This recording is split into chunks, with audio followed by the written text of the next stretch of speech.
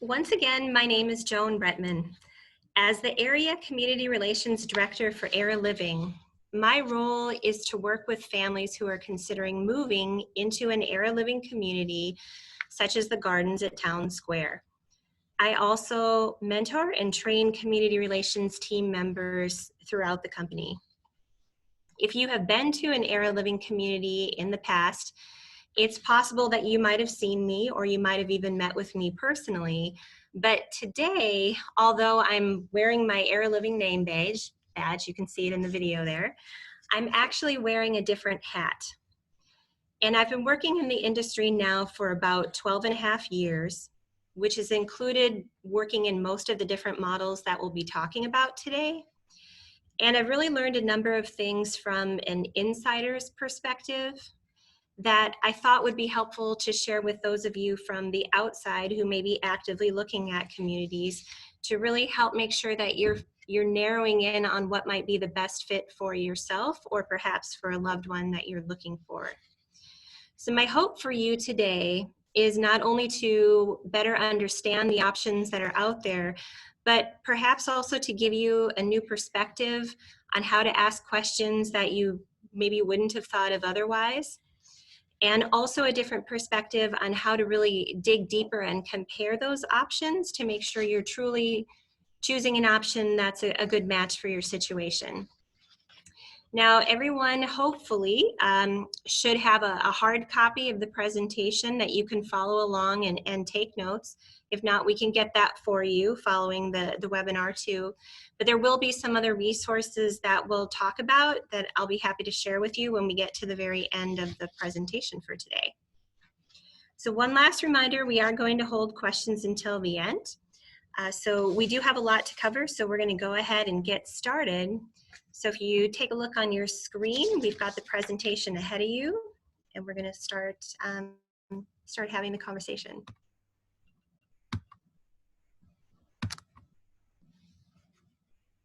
Okay, I am trying to advance my slide, and for some reason, it is not responding. One moment. There we go.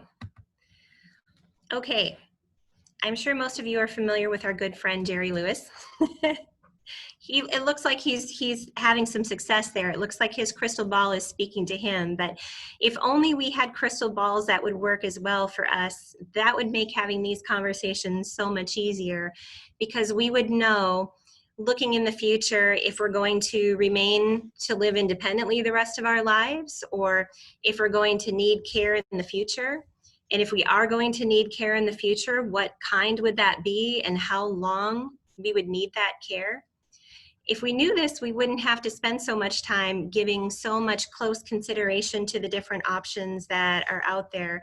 But since at least my crystal ball doesn't seem to work so well in this area, it does become important to then be well informed about your options, not just to put a plan in place now, but also to think about how to create a plan B should a life event happen unexpectedly and change your situation, to know what option, what path you should take at that point in time.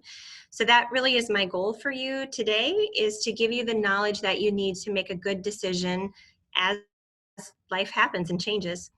So here's what we're going to get started covering today.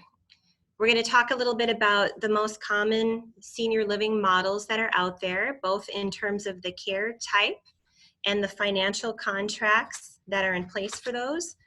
We're going to talk a little bit about the pros and cons of each of those. And then probably my favorite part of this is to talk a little bit about the lesser known considerations, to really dig deeper, to look at your options more closely. And then of course we'll talk about how to get a sense of if a community that you're looking at is the right place for you personally, and also if it's the right time. The top 4 things on this slide is what we're going to focus on today. So that includes talking about the differences between a retirement community and how that might vary from a traditionally called a CCRC or continuing care retirement community, how that's different than a type of model that's using a flex license, and then assisted living. There's a list of other things on this slide that we're not going to cover today in today's presentation because we have about an hour to work with today. I do a 2-hour presentation also that we normally do on site inside our communities when we can be together and have more of a dialogue. That would include the rest of those items on the list. So once we're on the other side of our COVID restrictions and we're doing in-house events again, we'll do this again if those areas would be of interest to you to learn more about. If there's anyone who's participating via phone today and doesn't have a slide in front of them, what I'm referring to would be memory care, skilled nursing, adult family homes, co-housing, and village movement. That information would be available in the 2-hour version of this talk. But one thing I do want to mention before we get started and start with retirement community is that I do believe that there is not one particular type of model that is by far the best, and that's what everybody should focus on. What I've seen in this area is that there's quite a diverse assortment of communities to choose from, and I'm really thankful for that because I feel like that covers options for most of the people who are looking for a community type setting. So there's the right community for different people at different places in their lives. So I wanted to just make that point up front. So as we get started, we're going to focus on retirement communities first, and just know that this is a pretty vague umbrella term, retirement community in itself. It doesn't give you enough information at this point in time to know if by that term alone if this is really what you're looking for or not. It might be talking about communities that have care as part of what they offer. It may not be. It's just really an umbrella term. What it does mean is that if it is a retirement community, all of them generally have age restrictions of some sort. It might be a 55 and older type of a design, 62 and older, maybe 65 and older. They all vary a little bit. There are also shared services and amenities that happen in just strictly retirement communities. And for the design of these, some of them are month-to-month rentals, but some of them you also do have an opportunity to purchase a home or purchase a condo or an apartment inside these complexes. So I'm going to move into the slide that talks about the pros and cons of a retirement community, specifically the 55 and older kind. So that's going to be my focus at the moment. And the 55 and older kind, to give you a sense of, or some examples perhaps of what this model might be referring to, I'm sure probably you have heard of SHAG before. Senior Housing Assistance Group. There are retirement communities all over the Seattle area that are owned and operated by SHAG. There's a new community that's called Revel that has just opened in the Issaquah area. That too is strictly 55 and older. So these communities are ones that do not have care as part of it. It's just strictly retirement, strictly age restricted, with shared activities. Some dining programs are available in some of them. Providence Point is another example, a very large area in the Issaquah area. Houses, apartments, a variety of different living options there that has kind of a central community space for activities to happen there. Trilogy is another one in the Redmond area. I think about 1,200 homes there, very large areas. And so for many people, this might be a first step in moving out of a 4,000 square foot house, downsizing into maybe a smaller living space, a condo or apartment where life is simplified a little bit. Usually maintenance is part of it. There's not landscaping that needs to be done. It's moving into a space where you can take that first step and simplify life, which is oftentimes very gratifying for many adult children to know that their parent isn't responsible for so many things at this point in time. The downside, which would be in the con section here, to considering an option like this is that And this first point is not exclusive to 55 and older communities, but really any retirement community. It's not uncommon to hear a lot of people when they're considering these options say, well, I'm worried about having access to younger generations then because I'm moving into an age-restricted environment, and I appreciate that diversity and perspective, and I worry about that, that interaction.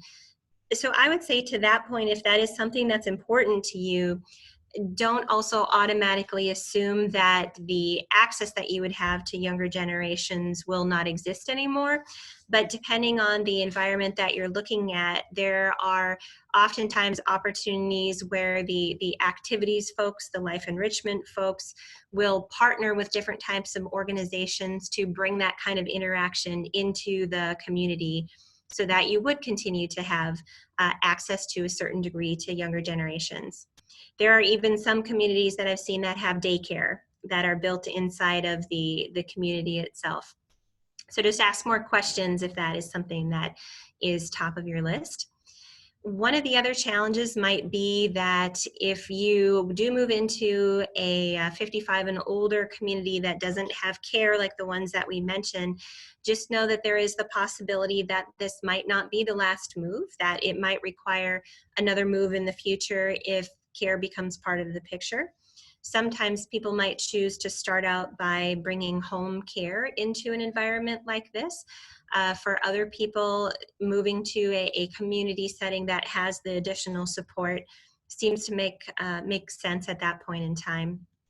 The other piece is that if it does turn out to be a situation where maybe a health crisis is pushing the move out of an environment like this, that sometimes if you have purchased a unit, there might be a challenge in selling it very quickly if you're relying upon those funds to start paying for the care costs once you move into a highly supported setting. And now we're going to move into talking about CCRCs, and you might notice there's a new term that I've added on this slide that's next to CCRC, which is life plan. And this is actually a relatively new terminology. Things are always evolving and changing in this industry, which includes sometimes how we refer to different types of settings. So the kind of classic terminology, which has been around for quite a number of years, has been CCRC, or Continuing Care Retirement Community. And a more modern term that's being used to kind of describe this model as a whole is now called a life plan community. This is not to be confused with a life care community, which we're going to be talking about in a minute. So my apology on behalf of the senior living industry that this can be confusing, learning about all these different terms, and unfortunately that's how it is. And so it's even more important then to understand what's behind this, so you know the questions to ask to know that you're talking about the right model that you're looking for. So when we talk about the difference between a CCRC versus just a retirement community in general, usually the age restrictions are higher, 62 or 65 and older for most of those. And in this case, a true CCRC, a true continuing care retirement community or life plan community, encompasses 4 different types of living arrangements. You could move in independently, and then if you need care in the future, the idea is that you move through the continuum of care. So these communities are designed for you to traditionally begin in independent living, and then if your health changes along the way, you have assisted living available in a different section of the community. There's skilled nursing that is available in yet another part of the community, and then also memory care is normally the other option, which is in another part of the community. So the living categories are segregated into different places that are essentially under the same roof, or at least on the same campus. These type of communities tend to have a little bit more included in terms of the amenities and services. So now you have maintenance that is taken care of usually inside the living space too, not just exterior landscaping assistance, for instance. There's housekeeping services. Usually it's something like once a week or twice a week. Dining programs, usually 1, 2, maybe 3 meals a day are included depending on the community. They all vary. Transportation is almost always available. It may or may not be for an additional fee. Again, it depends. And there is usually a pretty robust arrangement for activities on a daily basis, as opposed to just a retirement community where the schedule might be a little bit lighter. Maybe there's an offering once a week or a couple times a week, but not the robust type of schedule that you see in a CCRC type of arrangement typically. If you are moving in, as we had talked about, moving in independently, and you move to a higher care level in the future, the idea is that you have priority access to that over people from the outside if that community is accepting people from the outside. So what I mean by that is sometimes when a CCRC is first opening, they're focusing on moving everyone into independent living. And then that leaves the rest of the community available: assisted living, skilled nursing, memory care. The independent residents aren't necessarily going to need that right away. And so they may, in the meantime, fill those spaces with people needing it directly from their home, moving into those care levels. At some point, when the independent side of the community begins to fill, then for many of these CCRCs, they stop doing admissions from the outside in order to preserve those spaces for the internal moves that happen from independent living.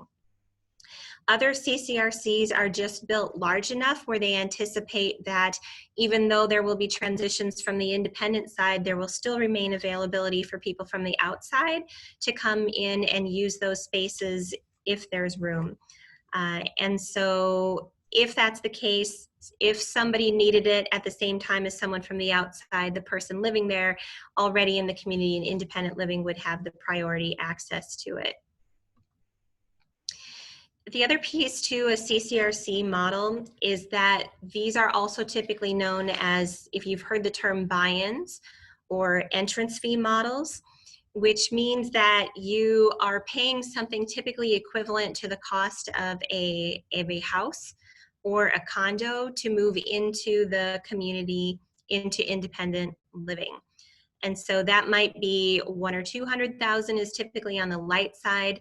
I'd say more so in the Seattle area, 400,000, 500,000, 600,000, 700,000 is probably most common for the buy-in numbers, but I've seen it go as high as about 2 million too. So it really just depends on the type of community that's out there, what their model is like, how elaborate the community is in terms of what those buy-ins or entrance fees look like. But they typically do have a refundable component to it as well, where you're paying this large sum, but the community doesn't retain all of it. They may retain 10% or 20% or 50% of it, and the rest of it would come back to you at some point in the future, or your estate should you happen to move out.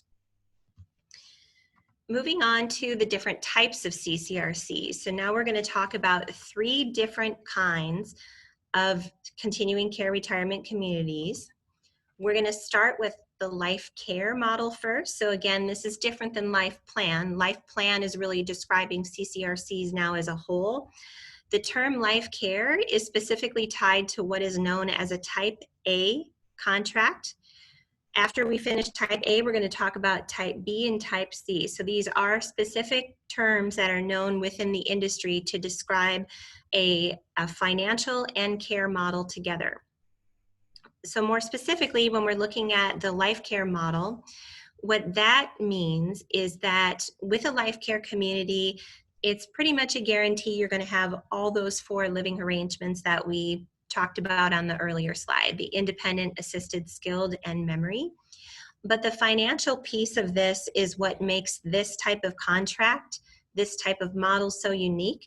And what that means is when you're moving into independent living, as all communities typically have a screening process, with life care communities, what they're looking for is not just if you're independent today, but if you may have certain pre-existing conditions that will inevitably point towards the need for long-term care in the future. And based on that information, you may pass their assessment and be able to move in and receive a financial benefit, or it's possible that you will not pass this assessment and maybe would be allowed to move in, but you will not receive a financial benefit.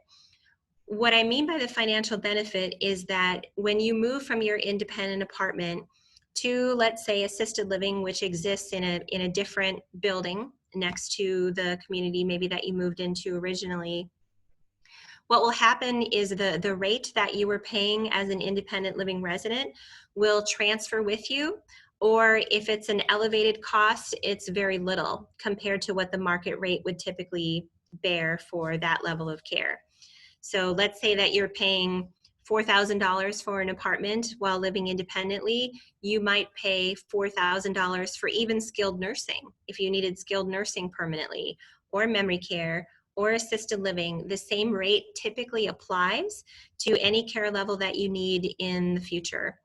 And that can be a pretty big deal, because if any of you have ever been in a situation where either you have had to pay out of pocket, let's say in a skilled nursing center before, or if you've known a family member who's maybe lived there for a year or two, the daily rates in skilled nursing is quite high, which for many communities in the Seattle area, if you were to pay a private room cost for skilled nursing could be $13,000, $14,000, or even $15,000 a month.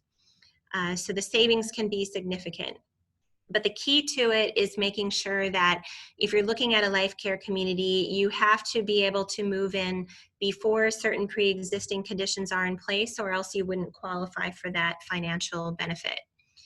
So another way to think about a life care model, the type A model, is that it's a lot like a long-term care insurance policy, isn't it? Only it's one of the best policies you can imagine getting, because the length of time that you receive that discount on that care, if you will, does not expire. So if you need skilled nursing for 4 years, it would cover at that discounted rate. Same thing with assisted living or memory care. So that makes it pretty attractive from a financial standpoint. When we look at a type B model, this is actually pretty similar to a type A model, only with a slightly different piece related to the financial benefit. Instead of that discounted rate applying to all care levels, it would apply to maybe 1, maybe 2, maybe 3 care levels, but there are limitations to it, and those limitations are defined by that particular community. So that might mean maybe perhaps if you end up moving to assisted living, you get a price break from the market rate for, say, 60 days. Maybe it's 6 months. Maybe it's 2 years. It just depends on how the community defines it. So it can be any combination of those care levels with any kind of discounts that are offered. But these contracts tend to be a little bit more confusing, I would say, than some of the others that are a little more straightforward. So I recommend for everyone to always read a contract before you get to your day where you sign. But I think especially with the type B model, to make sure you just look at that a little bit more closely, so you do truly understand what benefits apply in terms of those discounts to what care levels and for how long, so you have a really clear understanding of that. And then moving into the type C model. The type C model is one where you're typically just paying market rate for the care. So pretty simple in terms of understanding the contract. You move in generally into independent living first, just like the other care levels.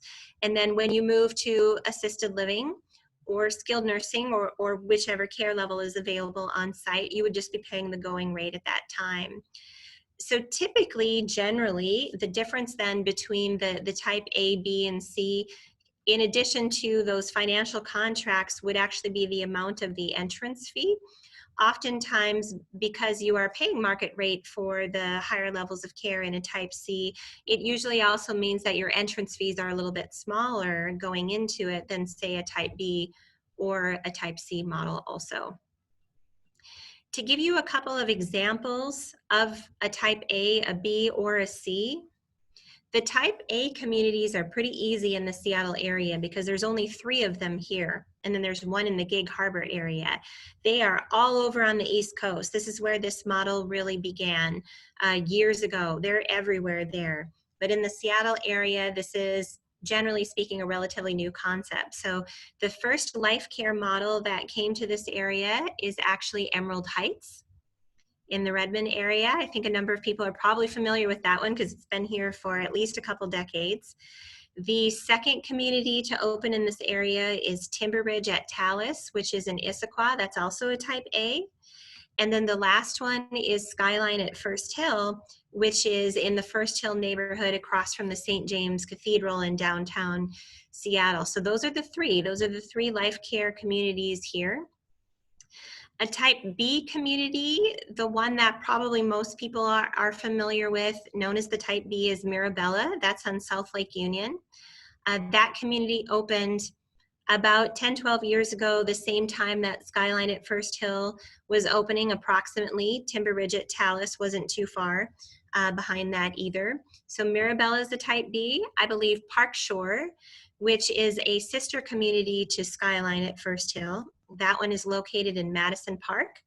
That's also a type B. And a type C community covers most of the other options. That is the predominant one here in the Seattle area. So, you know, Bayview Manor, which is in Queen Anne, the Kenny, which is in West Seattle, the Hearthstone in Green Lake, Judson Park, most of those are a type C model. If you're not sure when you're calling the community, go ahead and ask them the question, are you a fee-for-service model or are you a modified model? You can say type A, B, and C too, and hopefully they know the answer to that. I know for sure the type A ones would know the answer to that because that model is so unique in this area. But you can go ahead and use that terminology and they should be able to respond to you to give you a sense of which model applies there. When we move into the pros and cons of the different types of CCRCs, let's start by looking at the pros.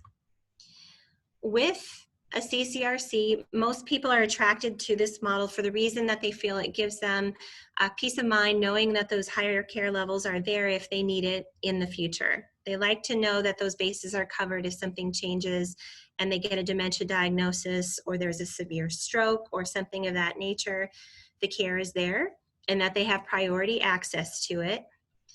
Those financial pieces where you get the discounts on that care is also very attractive to a lot of people, especially the type A because it applies to all care levels for as long as you need it. Remember though, you need to qualify for it. And then there is also a benevolent fund in most of these communities as well where you're paying an entrance fee, meaning that if you run out of money at some point in the future, the communities will say, we've got you covered. You don't have to worry about moving again. And I'm going to explain a little bit about that because sometimes when you're comparing these models then to say month-to-month models, which we're going to talk about in just a minute, a lot of people assume then that all communities should have this feature in place.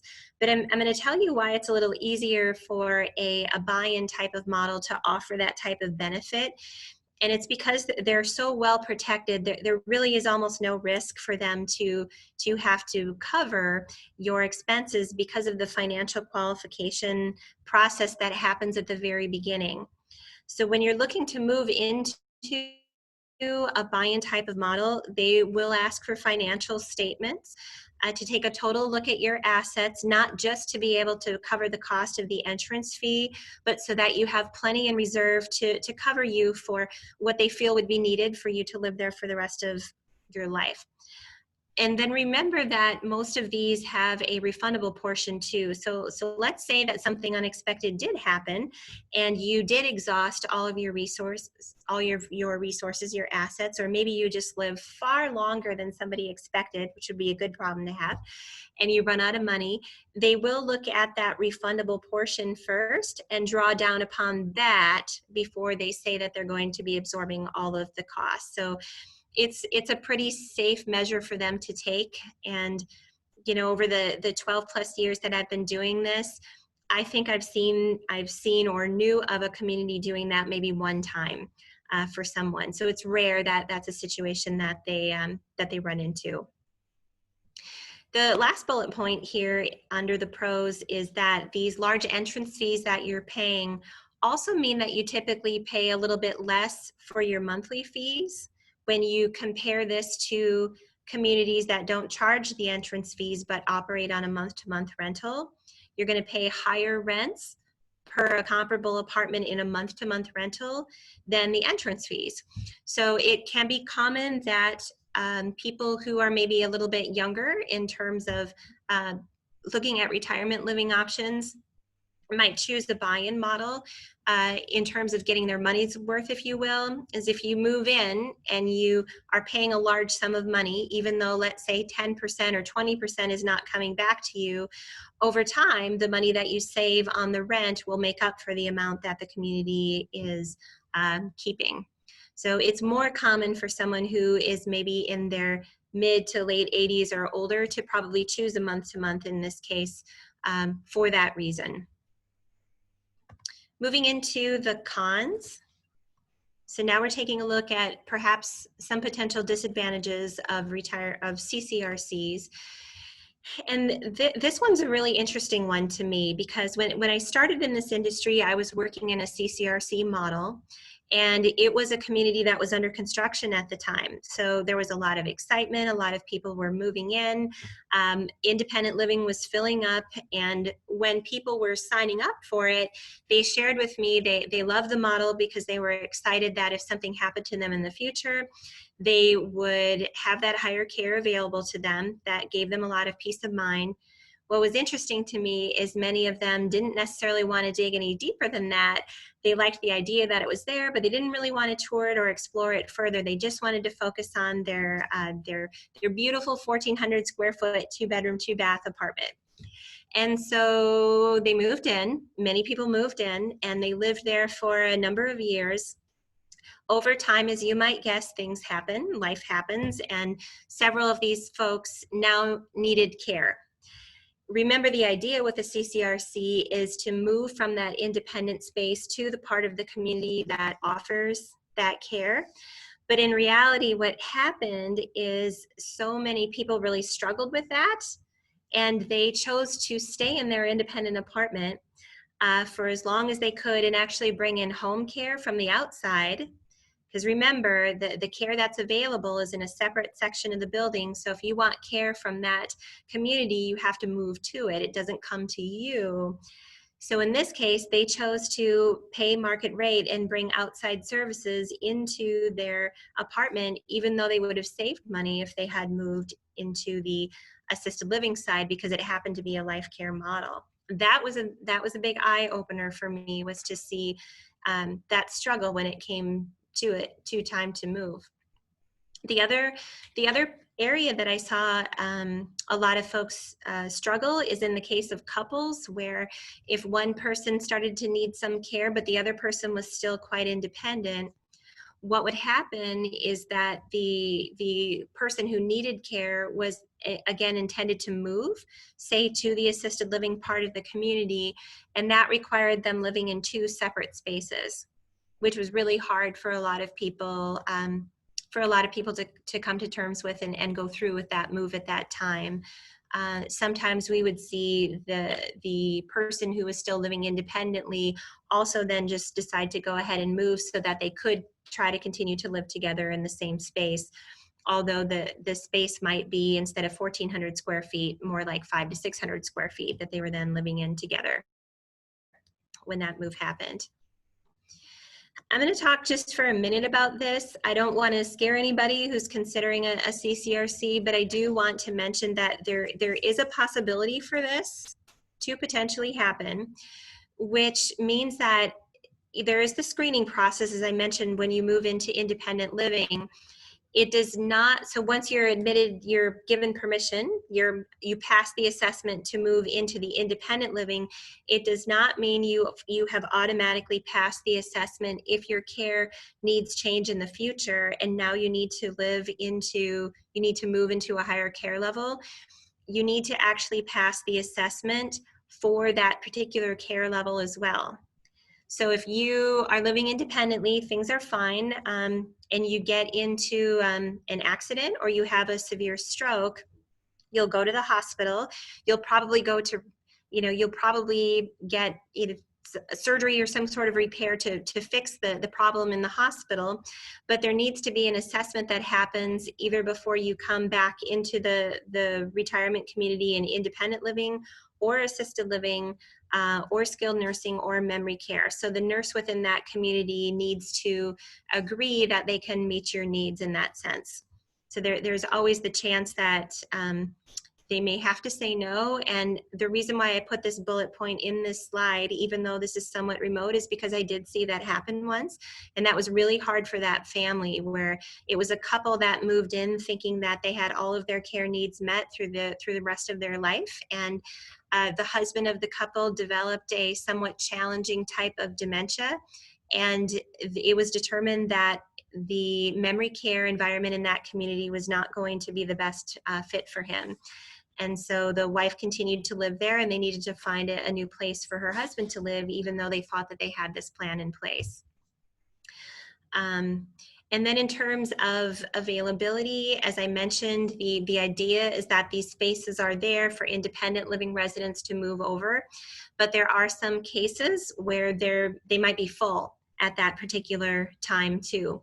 And so I would recommend, before choosing an option like this, to maybe explore that a little bit more with the community relations team member or some of the clinical team members to find out what their plan might be should they run into a situation like that where they don't have room. What's their backup?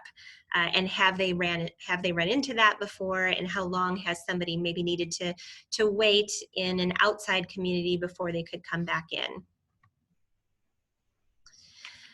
Another struggle that I noticed when working inside of the CCRC is that when residents would move from their independent spaces, they weren't just giving up their apartment, but when they moved over to the higher level of care, they had a different dining room, they had a different activities schedule, different residents that were living there, different team members too.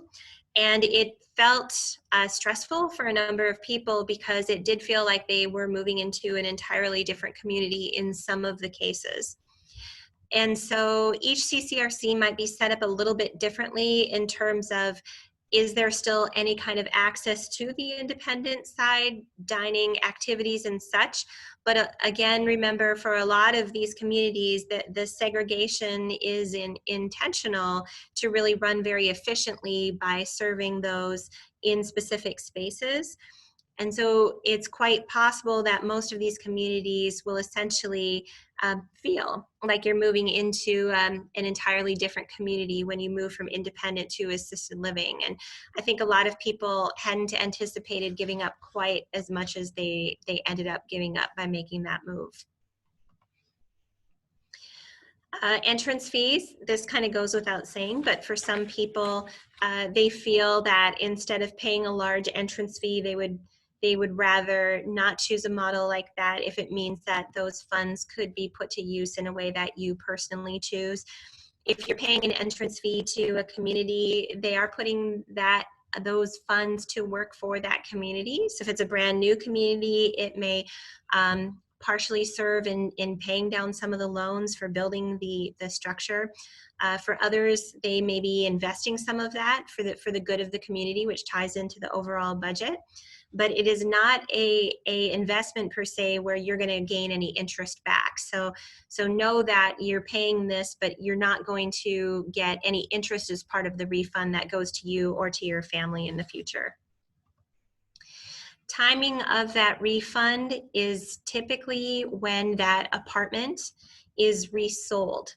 And I don't foresee that that's an issue in the Seattle area because the market is still pretty strong here.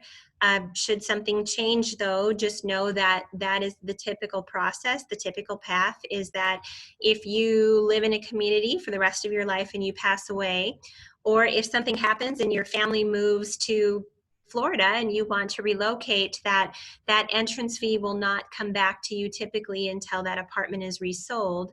Then the new entrance fee that's paid by the new person coming in, it's a portion of that is used as your refund. We touched on this already, that pre-existing conditions may disqualify admission into a CCRC. And the last point that I want to make about this is that, you know, there are a number of people that also choose CCRCs because they like the idea of the segregation, that independent living is in one part of the community and the other care levels are in a different part of the community. But remember that home care is typically allowed in the independent apartments if someone feels that they're not ready to move to assisted living. And so over time, you know, let's say that you're moving into a startup, a brand new community, it very well may feel extremely independent at the beginning, but know that a lot of people do choose the option of bringing in home care.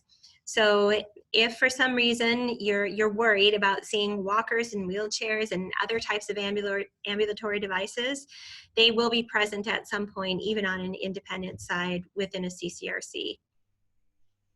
Moving into the flex license model, this is a term that there are quite a few people that have not heard this term before. And really what this is referring to is a type of a model where there are a designated number of apartments within a community that can be licensed for assisted living at a given time. The number of those apartments is just up to the company in terms of what they want for that model, for instance. So flex license communities would be like the gardens at Town Square, where I currently am today, or any other Era Living community. Merrill Gardens is another company that has many locations in the area that use this model. Fairwinds communities use this. The Bellatini, over Lake Terrace, New Regency Newcastle. There are just dozens and dozens of these around the area. It's a very popular model, but they all might be a little bit different in terms of the number of apartments that they have designated for assisted living, depending on what they want that mix to look like. It's pretty common for, say, Era Living communities or even Merrill Gardens communities to have kind of a mix of approximately 70% or so of their residents are oftentimes living independently. About 30% at a time approximately are under assisted living services, just to give you an idea of what those communities might look like. But the biggest difference, one of the biggest differences between this model and a CCRC is that this is one community typically that has all of those apartments in one place. There's no segregation between independent living and assisted living, and that is because you remain in the same apartment when you need care in the future. So you move in independently, and then let's say 2 years goes by and now you might need help with medication management or assistance with dressing, bathing. You can stay where you are in that same apartment, and care will come into you at that point in time. So in communities like Merrill Gardens communities, Era Living communities, when you're walking through the community, you will not know whether it's independent living or assisted living that you're in, because the assisted living licenses just move around the community where they're needed. These are typically month-to-month contracts, which require a community fee. So that's a different term than what we were talking about before. Community fees are typically referred to communities that might be charging something equal to, maybe a little less or a little bit more, about a month or two of rent. So instead of 500 or 700,000 or whatnot, it might be 3,000, 5,000, 10,000 a month, or not per month rather, but as a one-time fee that you pay upfront as a community fee. There are a couple of exceptions to that. Two of our sister communities, which are named El Joya, there's one on Mercer Island and one on Thornton Place. Those would be examples of two in the area that actually are a buy-in, but are still under the flex license model concept, where it's a inclusive type of design where you don't move for assisted living services, that it comes to you. With this model, there still are admission requirements though. Most of these types of models still require that you are either pretty independent or light in terms of your assisted living needs upon admission. And that helps to kind of protect that model that those companies are aiming for, which is more of an independent model. So if everyone's independent moving in, not everyone will necessarily need assisted living at the same time. And that's kind of how you can accomplish that 70-30 mix or so. I will mention one thing that I think is just interesting, so I'll share it with you. And this is in a way putting in a plug for Era Living, because I am so proud of this fact, so I do want to share it, that this flex licensed concept was actually developed by Era Living decades ago. And in part, that is because of the relationship that Era Living has with the University of Washington, and specifically the School of Nursing. There was a lot of research that came around this subject early on when Era Living started about 30 years ago, and there were a lot of questions asked about what do older adults really want in a type of a model, and many people would share the feedback that they liked the idea of not having to continually move, like in the CCRC type of model. And so the flex license model was born, and it's now used across the country with many other different companies. And it's a great fit for a lot of people, but again, it's not the answer for everyone. It's not what everyone is looking for. But I just wanted to share a little bit about the history of that. And then moving on to the pros and cons of a flex model. If we start with the pros, we talked a little bit about how most people do really appreciate being able to stay in the same apartment when care is needed. And this is an inclusive type of a design, not just from the apartment standpoint, but there is one dining room. There is one activity plan for those who are in independent or assisted living. It's inclusive, so you don't, if you need assisted living services, nothing else changes. And your neighbors wouldn't even necessarily know that you're receiving any services at all, because you continue on as normal with your life, going to meals, participating in the activities, just the same. Most, again, have much lower upfront expenses. You do pay typically higher rents, but you, with that community fee, you're not paying that large amount upfront. Another piece is that most of the time these designs are also flexible in allowing outside services, which might even include support from family. So for instance, if currently you have family members that might be setting up the little pill boxes for you, and other than that, you're fine, you can take them independently, but maybe your vision isn't quite so good, so you just want your family to do that step for you. With a model like this, typically that's allowed after having an assessment, a discussion with the nurse. If everyone agrees, yes, that sounds like a safe plan, you can still utilize family or even outside services like a home care company if you've already been using one and that's working well for you, and you would switch over to the staff of that company at some point if your care needs grow. You can still start with home care in many of those cases.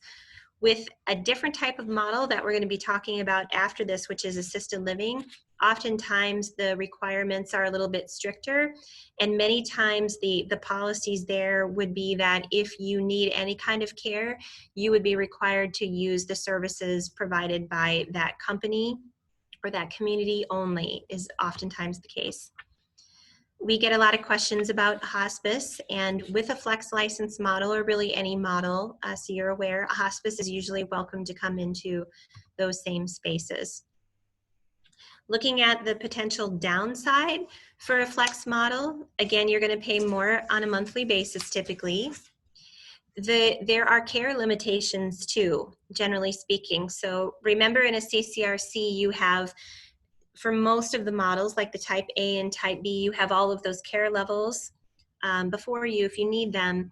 With a flex model, oftentimes the care is offered in a little bit of a lighter fashion. So for instance, some communities, like in a skilled nursing setting, if you need help with 2-person transfers or a Hoyer lift, or you have injections that you need on a regular basis, or tube feedings, or all kinds of things that could point towards very high levels of care, a skilled nursing center, or in some cases assisted living in some cases, would be able to offer that to you on site. For a flex model, it's typically a little bit lighter, which still accommodates for usually over 95% of the residents that are living there. Usually providing care services such as with one person assisting you, usually that's sufficient, not necessarily needing a Hoyer lift, which is needed when someone is completely non-weight bearing. Most of the time, one's needs can be met in a flex license model, but it is possible with certain healthcare conditions that grow over time that there may potentially be a need to move in the future to a higher care setting. And as we talked a little bit about earlier, there isn't typically a backup plan where if you run out of money that you can stay. And again, that's because you don't have those entrance fees to fall back upon. So the last care level that we're going to talk about before we get into considerations and such would be assisted living. And I'm going to kind of fast forward through a few points here because I see we're going to be running a little short on time. Assisted living includes covering activities of daily living, which we were talking a little bit about earlier. The nursing hours may vary in assisted living. Assisted living can be part of a CCRC like we talked about. It can be in the form of being available through a flex license like we talked about. But it can also be kind of a standalone type of environment. The degree of services that are offered just depends upon that community, that company, in how much they want to offer under the umbrella of assisted living. So admission criteria can be different. If you're looking at a community that is fully licensed for assisted living, they're prepared and ready to go for a lot of care, typically at the very beginning. And so their admission criteria is going to be very different than a community that has more of an independent focus. And the activities are typically a little bit different too than communities that have an independent focus because they're geared towards the ability of the residents that are living there. With communities that are kind of standalone assisted living, it's typical that you'll only find a community fee option there too, not an entrance fee option. And the costs for assisted living in the Seattle area when you're adding in rent plus care is typically kind of in the middle of this range that's shown here. Most commonly, $4,000, $5,000, $6,000, $7,000, $8,000 a month, depending on the size of the apartment. Rarely will you ever find anything for $2,000. And 12 is maybe on the high side, but that's kind of a range for you to keep in mind. With communities that are fully licensed for assisted living, the admission criteria, as I mentioned, is less restrictive, but the care capabilities can be quite high. It can be less expensive at some point to move into a community to receive assisted living if you're comparing that to home care when you start to get into needing quite a few hours. So for instance, if you bring in a home care person at $30 an hour, 12 hours a day, multiply that times 30 days in a month, that's about $10,800 a month. So that's for care about 12 hours a day. So once you get beyond that, the cost really starts to spike it quite a bit, and a lot of people might choose to move into a community versus staying at home at that point in time. Really the only downside that I wanted to mention about a fully licensed assisted living is that with maybe in a couple situation, if the spouse is still quite independent, it may not feel like the needs are really being met as much for the independent resident in terms of activities and such as it might be for the spouse who does need the support.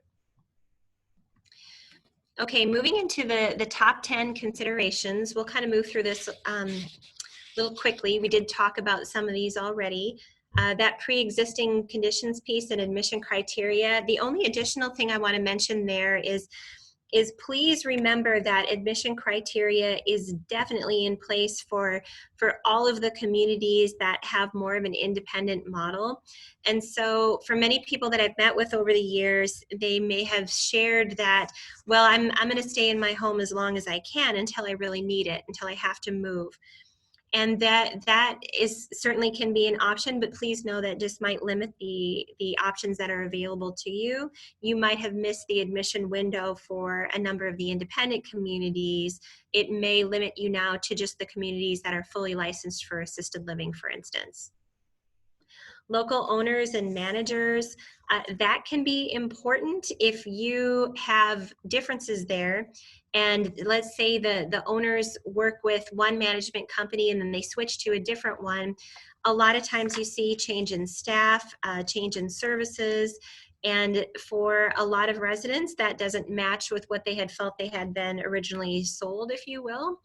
And so I would say if you are looking at communities, go ahead and ask the question, are you owned and operated by the same group? And if the answer is no, it doesn't mean that you should rule them out. But what I would ask is, how many different management companies have you worked with over the past several years? What type of changes has that resulted?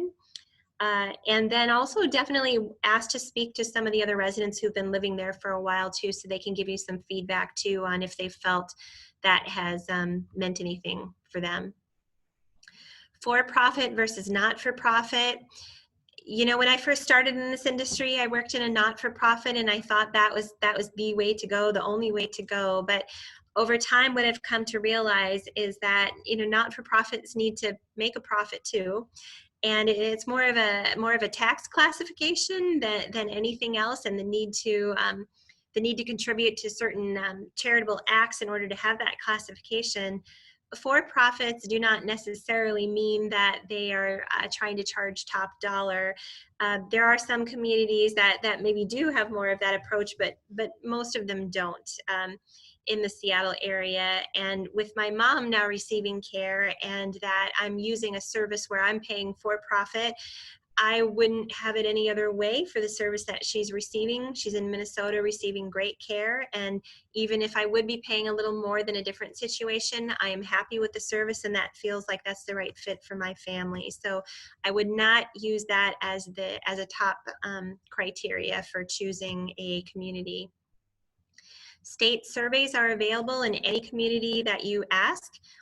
Every 12 to 18 months, the state of Washington's DSHS will come through and essentially evaluate communities to see how they're doing. You can ask for this report and learn a little bit about if there are any deficiencies, but please always meet with a team member to discuss what those things mean, because it's possible to kind of have a black mark on your record if you have a ding in the wall that needs paint.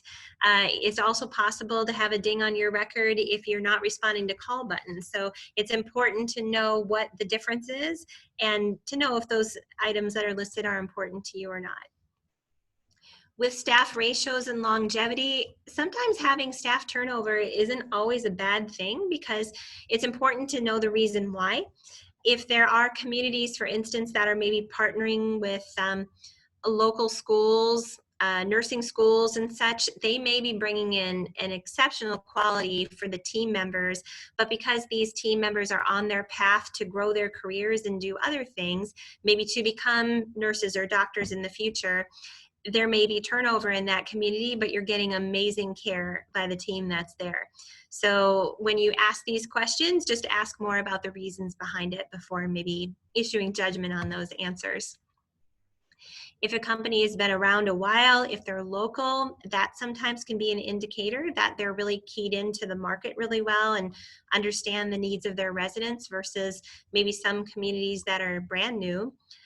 For communities that are brand new, though, if they have a company that's just growing and they've been around for 20 plus years, there are many good things to speak to that. Although speaking as someone who's been involved in a couple of different startups over the years, even if it is with a company that's been around for a long time, there are still hiccups and things that happen when you're a brand new community that you have to work through. Always happens.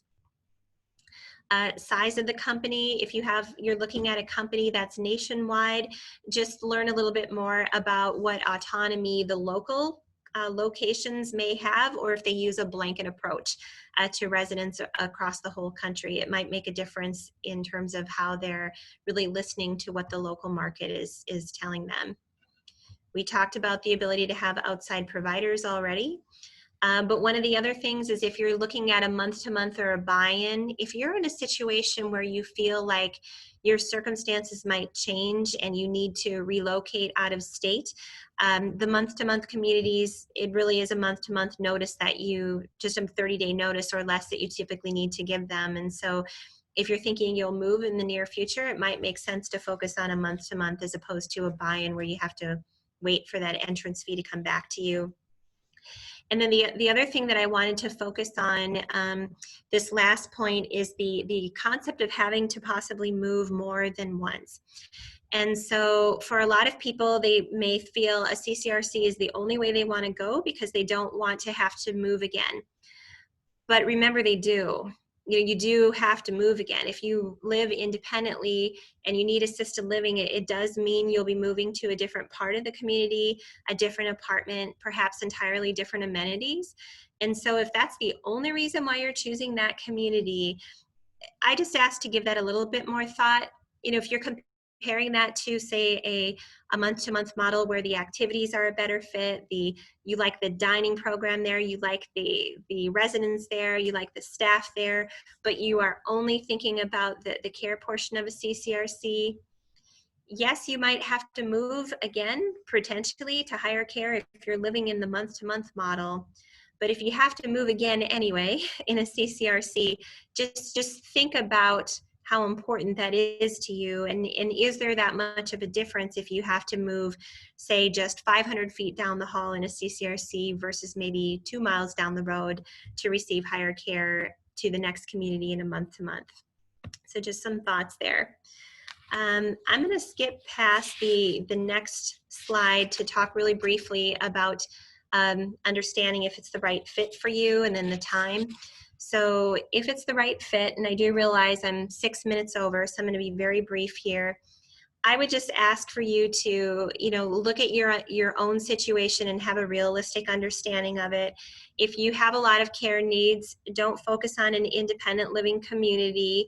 If it looks like you're going to need higher care in the future, focus on where the support is needed, and then focus on the activities and programs that might come along with it. There's also more to look at than the average age of residents, because if you have a community that focuses on high care, they may have a number of 65-year-olds living there that need a lot of care and may have cognition issues, versus a community that may have an independent focus but their average age is 88. If you are someone who's cognizant and you're looking for that type of a connection, it might actually be the community that has an older population that's a better fit for you than a younger population that might have higher care needs in place. Attend activities, have meals when you can. With COVID happening right now, I understand there are a lot of restrictions in place. Contact the community though and find out what is available in each of those communities so you can continue to explore and learn about them until we are at the point where we're able to offer tours again inside the communities. Look at the care limitations in the community and see if they can meet your needs. If it looks like your health might be changing soon, see if it makes sense to focus on that community.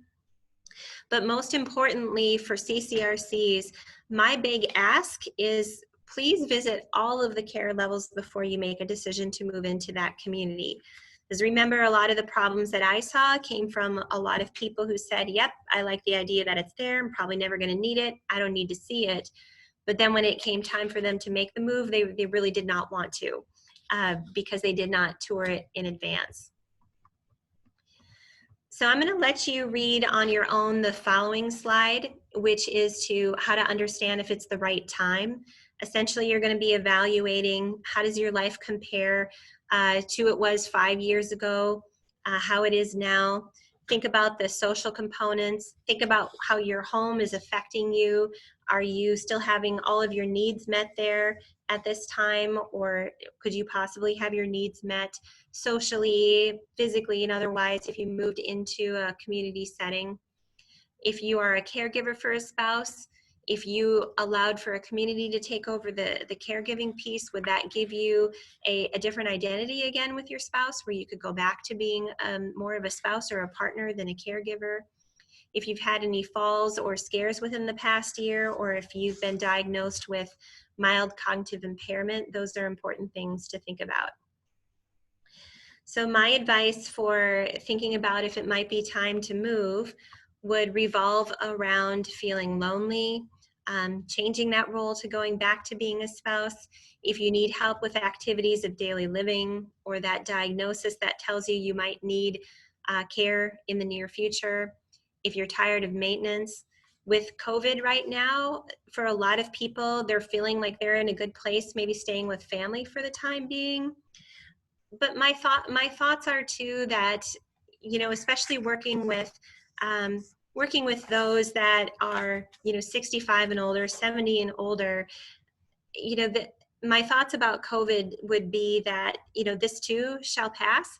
And if you think about the number of challenges that you've been through over your life, the different types of things that you've seen or that your parents have seen with the Great Depression and such, it is possible to get through these things and move on to future plans. And so I would say don't stop the planning piece of it. We will get through the COVID situation, and ask the communities to learn a little bit more about what's going on there and how they're preparing for and have worked with any COVID cases. We are going to have another event coming up here next month at the Gardens that will actually highlight a story of one of our residents who did become infected with COVID. She lived here in our community through that. She recovered from that, and she would like to tell her story on that. I think that's going to be very valuable for those who maybe have some fear of moving into a community to understand what that is really like. So in conclusion, talking a little bit about kind of my advice is to think about those who have moved into communities and who have said, I wish I had done this sooner. Even though they may not have been excited about the move at one point in their lives. Peace of mind comes if you make this decision on your own. But of course, if you have a crystal ball that works better than mine, then you don't necessarily need my advice so much. You can focus on that. So at this time, I know that we're over time, but I am happy to stay on the call for a few more minutes if there are questions. On the screen, as shown right now, are some instructions for using email or phone. I'm here at the Gardens at 425-688-1900. And you can call following the webinar anytime this week if it's easier to talk through your questions in person. Please be mindful of the spelling of my name if you're sending an email. I do have 2 T's and 2 N's in my name, which is easy to miss. Otherwise, if anyone has any questions via chat, I am going to take a peek here and see if there are any questions up.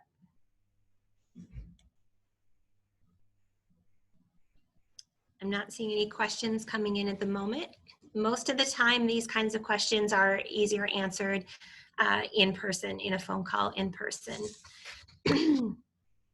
So I think what we'll do is I just wait for a minute to see if there are any questions that come up. Is just to let you know that in terms of other resources that we have that will be available to you, there is a particular guide that we will talk about when we do follow-up calls to everyone who attended. It's called a Retirement Connection Guide that can be really helpful in terms of digging in and looking at different communities that are in a certain geographic area. It's also a great resource related to home health, home care, Medicare, and other information is inside this guide.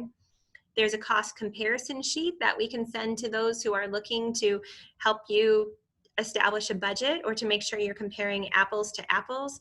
And we also have a, excuse me, a reflective planning worksheet to help process all of the information that we talked about today that you can also keep and use to have discussions with your family about for what your wishes might be for planning for the future. Okay, I think that's it for today. I see a comment. Thank you very much for the nice compliment that was sent in. And that's where we're gonna leave it for today. So now you can check your emails to look for something in your inbox to share us some of that really important feedback to us. So thank you in advance for that. Thank you also for attending, and please don't hesitate to call me anytime if you have other questions. Thank you again, and have a wonderful day. Thank you.